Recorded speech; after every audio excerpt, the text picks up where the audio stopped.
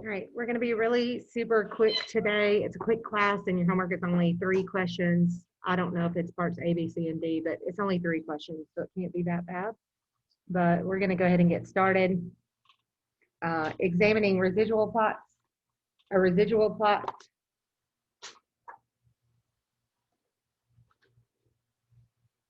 in effect turns the regression line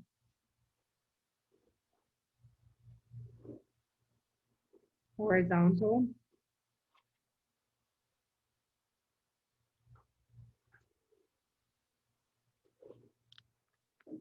I'm gonna take it back. I'm gonna put it back in a second.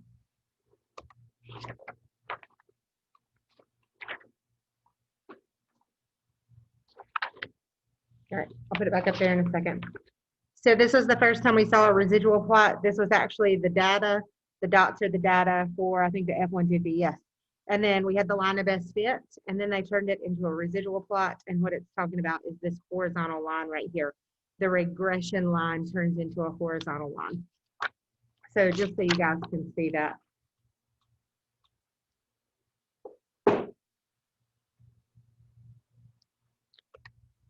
All right, it magnifies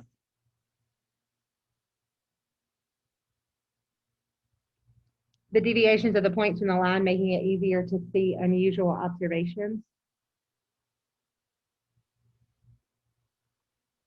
So because it's easier to see an unusual pattern in a residual plot than a scatter plot of the original data. We often use residual plots to determine if the model we are using is appropriate. So the figure below shows a nonlinear association between two variables in the least squares regression line for these data. So again, we can see that it's not very linear. But then when we do the residual plot, you can see for sure that it is not linear because it actually makes a clear pattern, okay? So that's all it's doing. So because the form of our model, which should have been linear, so our line of best fit, is not the same as the form of the association.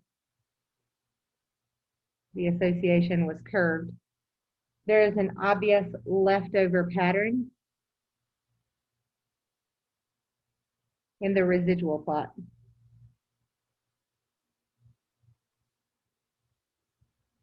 This is important. When an obvious curved pattern exists in a residual plot, the model we are using is not appropriate.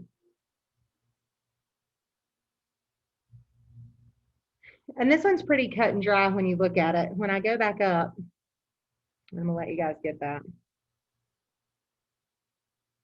So when I go back up to this one, we can tell that this is an exponential curve. So I'm not exponential, but quadratic curve. Is everybody good with that?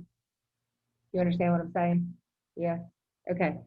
This is a linear model. So these do not fit each other. You can tell these are not perfect on here. So when we do a residual, it hones that in even more and makes an even more defined curve. So that's all it's saying. So if it were linear, it's not going to have any pattern at all. It's going to be like a normal scatter plot. Okay. So when we use a line to model a linear association,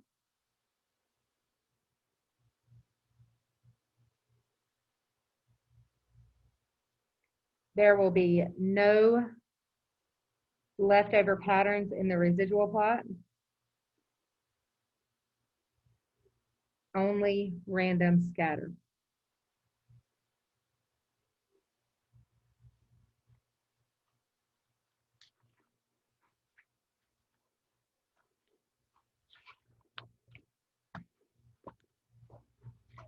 So the next figure that you see is a residual plot that is from a linear model. So this was our truck. We knew our trucks were a linear model. So when we make the residual plot, you can see it's just random scatter. There's no U shape or M shape or anything like that. So why do we look for patterns in residual plots? The word residual, sorry, let me spell it right.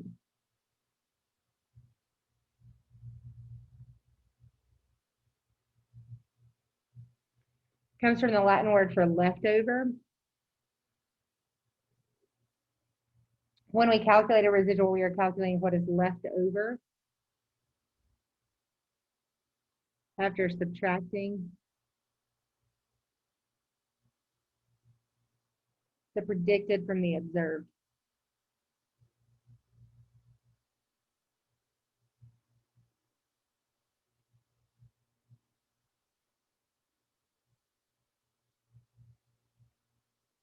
We already knew that. Residual was y minus y hat. Likewise, when we look at the form of a residual plot, we are looking at the form that is left over after subtracting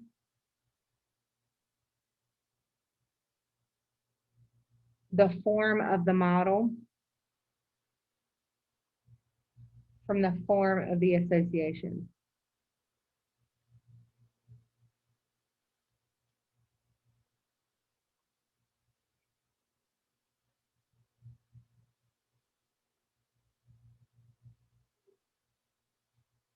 So the form of the residual is the same thing as the form of the association minus the form of the model.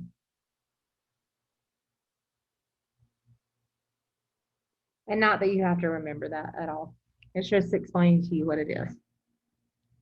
When there's a leftover form in the residual,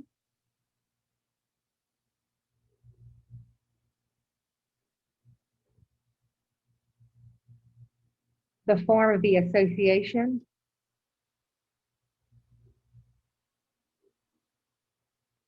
and the form of the model are not the same. However, if the form of the association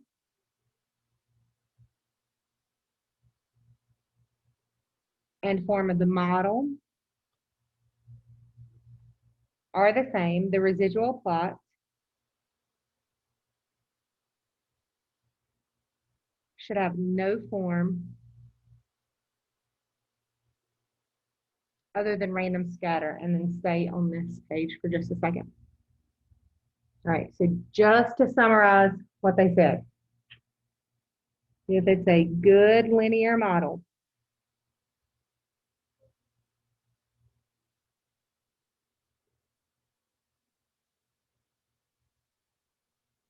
then the residual plot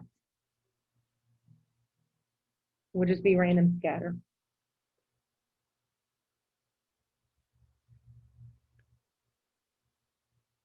It's a bad linear model.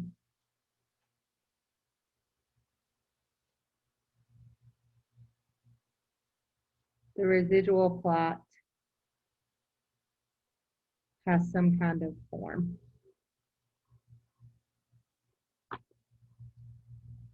When it says like model, does that mean like the first graph on the page you just did Now, before this one? your line of best fit. Okay, so if like when it says bad linear model, the dots aren't near that line. Correct. And what does it mean form of the association? Like what is the So the form of the residual is going to be like what shape of the residual is going to be the difference between the form of the association and the form of the model. So it's actually like their shape. So the residual form will take the shape of the form of the association minus the form of the model. It's the same exact thing. It's the same exact thing. Is everybody good? All right. This is literally the last page that we're doing today. Okay. Last page that we're doing. So residual plots on the calculator, I've already showed you how to do those. Everybody remember that from yesterday? Okay, it does that itself. It'll do that itself. But we are in L1, you're going to put your X's. L2, you're going to put your Y's. What do we put in L3? The leftover Nope. term. You put the equation, so like the a plus bx, but you do a plus b times L1. Perfect. So you do your line of best fit, but instead of putting in an X, you put in L1 so that it'll fill in your values from L1. And then what do you put in L4? L2. One's L3. Is it L2 or L3? Which one comes first? L2 comes first Why is it L2 first? because that's like your actual. Good. This is actual, and this is predicted. And remember, L4 is actual minus predicted. Okay. So then if you're just making a scatter plot and you're just making your equation or just your scatter plot, you're doing L1, L2. But if you're trying to make your residual plot, when you go into stat plot, you're going to put in L1 and L4 instead of L2. So that's how you'll get that plot. Is everybody good? I thought L3 was like what you just wrote down as L4 because the numbers were so small on that picture. No, it might be in this one. It might be in this one. But I did mine in L4. Do you see what I'm saying? Yeah. So what they probably did was put in L2 minus A plus B, like in parentheses, A plus B times L1. They probably put it all in one spot, and you could do that too. I just do this to separate it for you. So that way you can see your predicted values as well. Okay. All right, so check your understanding in exercises 5 and 7. You were asked to make and describe scatter plot for hiker data shown in the table below. Here's the residual plot for the least squares regression of pack weights on body weight for the 8 hikers. So here's your data. It should say one of the hikers had a residual of nearly 4 pounds. Interpret this value.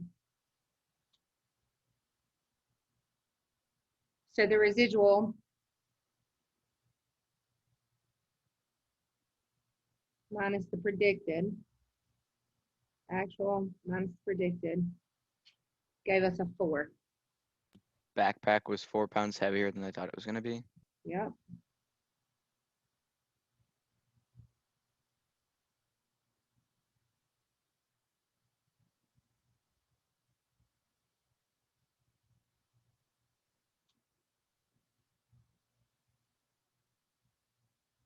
Perfect. And this should say base, sorry. Based on the residual plot, is a linear model appropriate for this data? Here's your residual plot. Yeah. Yes, Why? because it's a scatter plot. It doesn't have a pattern. Perfect. So you're going to put yes. There is no clear pattern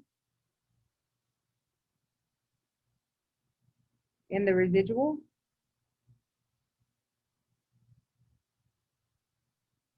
So a linear model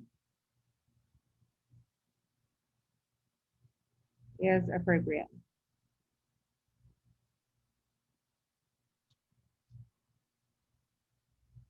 And that's it. And no joke, that's where we're stopping today.